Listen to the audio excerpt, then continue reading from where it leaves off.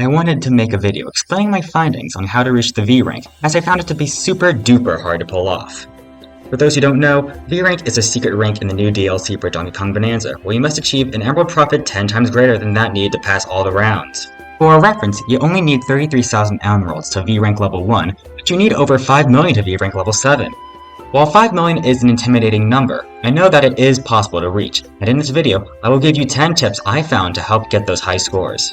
First, I want to state you are obligated to your own choices, and I respect your opinions as a consumer. I do not want you to spend money that you're uncomfortable spending, and I'm aware that the fact Nintendo is turning into the new EA, and I've seen dozens of videos of creators telling me so.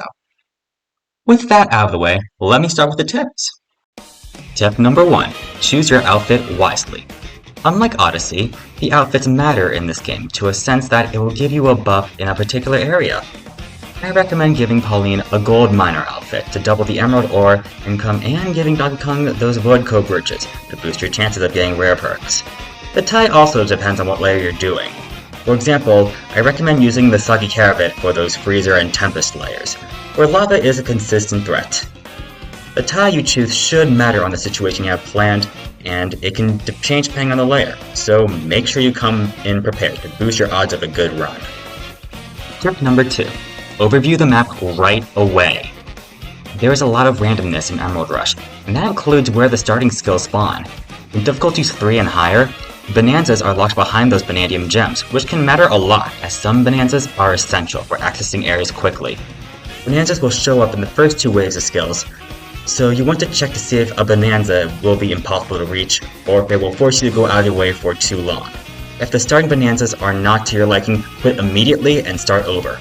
Ideally, you snag 2 compatible bonanzas in the first 50 seconds. Tip number 3. Prioritize Void's goals during the first half. After the first 50 seconds pass, Void Kong will give you goals.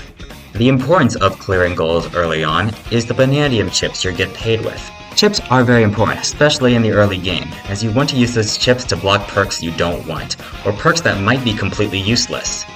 In fact, this leads up to my next tip. Tip number 4. Focus on building mains. Many perks will give buffs limited to a specific criteria. I will list out the types of mains to think about. A Bonanza Attacker main, an Emerald Source main, a Signature Move main, and a Bonanza Forager main. I'm giving very broad terms here as the criteria and strategy vary amongst layers. I will give you an example to help understand this. Let's say I choose Kong as my Bonanza Attacker main. This means I do not want to take any perks that drop emerald from enemies while I'm a zebra, an ostrich, an elephant, or a snake. Those aren't going to help me, and I will want to block perks that are related to enemy drops from other bonanzas, as those will waste perk options. If I wanted my signature move main to be turf surfing, I don't want to take perks that boost enemy drops while I dive punching, rock throwing, charge punching. I want to focus on surf knockout alone. Tip number 5. Figure out a best source of emeralds. There are 11 layers available in Emerald Rush, and each one is noticeably different. When coming up with an emerald source, you want to go for enemies that are native to your layer rather than enemies from Void's emissions. If your layer doesn't have many enemies, discard knockout perks altogether and focus on acquiring general emerald and foraging perks. Another thing to keep in mind is considering if an emerald source is efficient. For example, Rolliscoids roll away for a few seconds before dropping their loot, which can lead you to losing their drops most of the time. While Voids have a distinct invulnerability period, and can be rare to encounter. Luckoids can only be defeated by salt. On the other hand, Gaboopoids and Trailinfoids have their drops auto-collected upon defeat, and they're common encounters. Tip number 6. Unlock counter perks early on. Some perks will buff you depending on a counter. For example, Bonanza Groove gives you an emerald multiplier based on how long you're in Bonanza form. That only takes into effect when you obtain that perk, and does not count the time you were in Bonanza before that. Counter perks are not top priority, but if you are in the final round and are given an option to unlock a counter perk, you might as well want to skip that. Tip number 7. Watch what you wreck. Whether you are foraging, defeating enemies, collecting fossils, or making a path to a destination, you will be destroying the terrain. While destroying terrain can be useful, some areas you do not want to damage at all. For example, in the Lagoon layer, you will want to keep the floor intact in areas where Peekaboo points spawn if you're trying to kill them with a melee attack. Another example, in the resort layer and forest layer, water will automatically kill enemies, which will interfere with your collecting as your knockout perks will not take effect. Make sure you preserve your enemy emerald source spots to prevent that from happening. Tip number 8. Read the perks.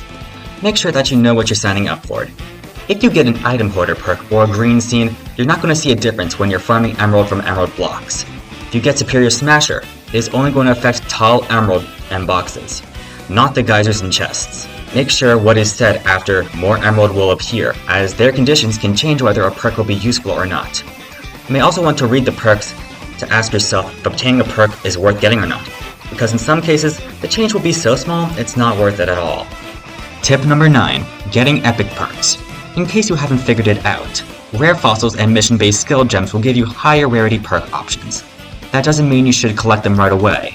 Barrel bump-ups are vital to collect as they make traveling across much faster, but you are likely to come across a few in the first wave naturally. Regardless of that, make sure an epic perk is going to help you in your plan to collect emerald, or if it will be too out of the way.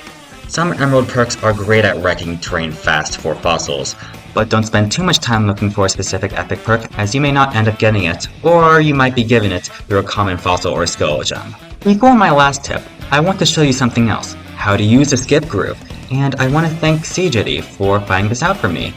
In order to water skip, you must trigger your mid-roll jump right as you hit the surface of a water. You will know when you do it, as DK will maintain his rolling form rather than expanding his limbs. This perk will boost you based on your largest streak, not your overall water skips. Tip number 10. Manage your time. Keep a constant eye on what round you are in, and how much time is left. Make sure you don't get cut by missing the quota.